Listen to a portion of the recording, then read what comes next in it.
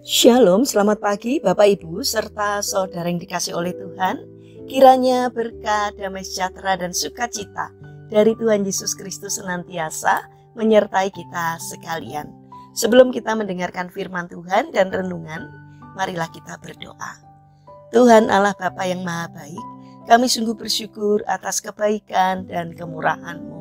Karena Engkau Tuhan yang selalu melindungi dan memberikan pertolongan dalam kehidupan kami. Jika saat ini kami akan mendengarkan firman-Mu, kami memohon Tuhan mengurapi kami dengan Roh Kudus-Mu agar kami dapat mengerti dan memahami apa yang Tuhan sampaikan kepada kami. Bimbing hati kami agar kami mampu untuk menjalani kehidupan ini seturut dengan apa yang Tuhan kehendaki. Pimpin hidup kami ya Tuhan, agar kami menjadi anak-anak-Mu yang mentaati firman-Mu. Terima kasih Tuhan. Di dalam nama Tuhan Yesus Kristus kami berdoa dan bersyukur atas firman-Mu. Amin. Bapak Ibu serta saudara yang terkasih, bacaan firman Tuhan saat ini diambil dari TP2 Kitab Mazmur pasal 20 ayat yang ke-7. Demikianlah sabda Tuhan. Sekarang aku tahu bahwa Tuhan memberi kemenangan kepada orang yang diurapinya. Ia menjawabnya dari surganya yang kudus dengan kemenangan gilang gemilang oleh tangan kanannya. Tema renungan saat ini adalah kesuksesan yang berkenan kepada Tuhan. Bapak Ibu serta saudara yang terkasih, kesuksesan menjadi salah satu tujuan hidup setiap manusia. Adalah pandangan yang umum bila kesuksesan seseorang diukur berdasarkan banyaknya uang dan aset kekayaan yang dimiliki, tingkat popularitas, pendidikan yang tinggi, ataupun karir yang mapan. Namun benarkah semua itu adalah kesuksesan yang sesungguhnya? Menarik bila kita melihat kisah tentang Raja Saul di dalam 1 Samuel pasal 15.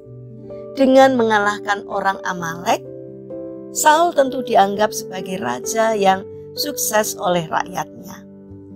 Namun sayang, tidak demikian Tuhan memandangnya. Mungkin rakyat bersorak-sorai atas kemenangan yang diraih oleh Saul. Tetapi Tuhan justru menyampaikan kekecewaan hatinya kepada Saul. Melalui Samuel, Tuhan mengatakan bahwa ia menyesal telah menjadikan Saul seorang raja. Itu terjadi karena Saul tidak melaksanakan perintah Tuhan secara utuh, di mana Tuhan memerintahkannya untuk menumpas habis seluruh orang Amalek beserta segala kepunyaan mereka. Sementara yang Saul lakukan justru membiarkan Agag, raja orang Amalek, tetap hidup beserta pula dengan kambing domba dan lembu terbaik. Sebuah kemenangan yang dianggap sebagai prestasi nyatanya adalah sebuah kegagalan di mata Tuhan. Jika seseorang sukses menurut pandangan manusia tetapi tidak sukses di hadapan Tuhan, maka kesuksesan itu adalah kesuksesan yang semu. Terbukti setelah itu Tuhan tidak lagi menganggap Saul sebagai raja. Hati rakyatnya pun menjauh darinya. Berbeda jika Tuhan yang memandangnya sebagai kesuksesan. Bahkan bila ribuan orang memprediksikan kegagalan, Tuhan akan mengubah prediksi tersebut menjadi prestasi yang membanggakan dan gilang gemilang. Seperti yang dilakukan oleh Tuhan terhadap Daud. Di saat banyak orang merasa yakin Daud akan gagal mengalahkan raksasa orang Filistin, Tuhan justru memberikan kesuksesan kepada Daud. Jadi kesuksesan yang sejati bukanlah terletak pada penilaian manusia, melainkan pada perkenanan Tuhan.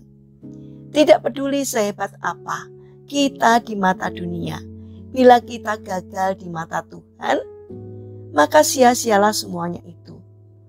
Mungkin saat ini di pemandangan orang, kita adalah pebisnis yang sukses, seorang pemimpin yang cakap dan mapan, seorang karyawan yang rajin, seorang mahasiswa yang berprestasi, seorang siswa yang selalu juara, bahkan aktif juga di dalam pekerjaan Tuhan. Dengan pelayanan yang kita lakukan, orang lain menganggap kualitas hidup rohani kita baik. Namun di balik semua predikat itu, apakah cara yang kita lakukan untuk memperolehnya sudah berkenan di hadapan Tuhan? Bapak, Ibu, serta saudara yang terkasih, mari selidiki hati kita. Karena kesuksesan seperti apa yang kita capai, hanya hati kitalah yang mengetahuinya. Bila kesuksesan yang kita raih saat ini tidak berkenan di hadapan Tuhan, maka mintalah pengampunannya. Mari kita miliki hati yang mau mentaati apa yang menjadi maunya Tuhan, agar hidup kita berkenan kepadanya. Karena kesuksesan itu tidak diukur dari banyaknya materi yang kita miliki, melainkan apakah hidup kita berkenan kepadanya. Mari kita berdoa. Tuhan Yesus yang Maha Pemurah, ampunilah jika kami pernah mencari cara untuk mencapai kesuksesan dengan cara yang tidak berkenan di hati Tuhan. Bimbing agar kami menyadari bahwa kesuksesan yang sesungguhnya adalah ketika kami mentaati perintah Tuhan di dalam kehidupan ini. Bapa yang Maha Baik, kami mendoakan bagi mereka yang mengalami permasalahan dan kesulitan hidup.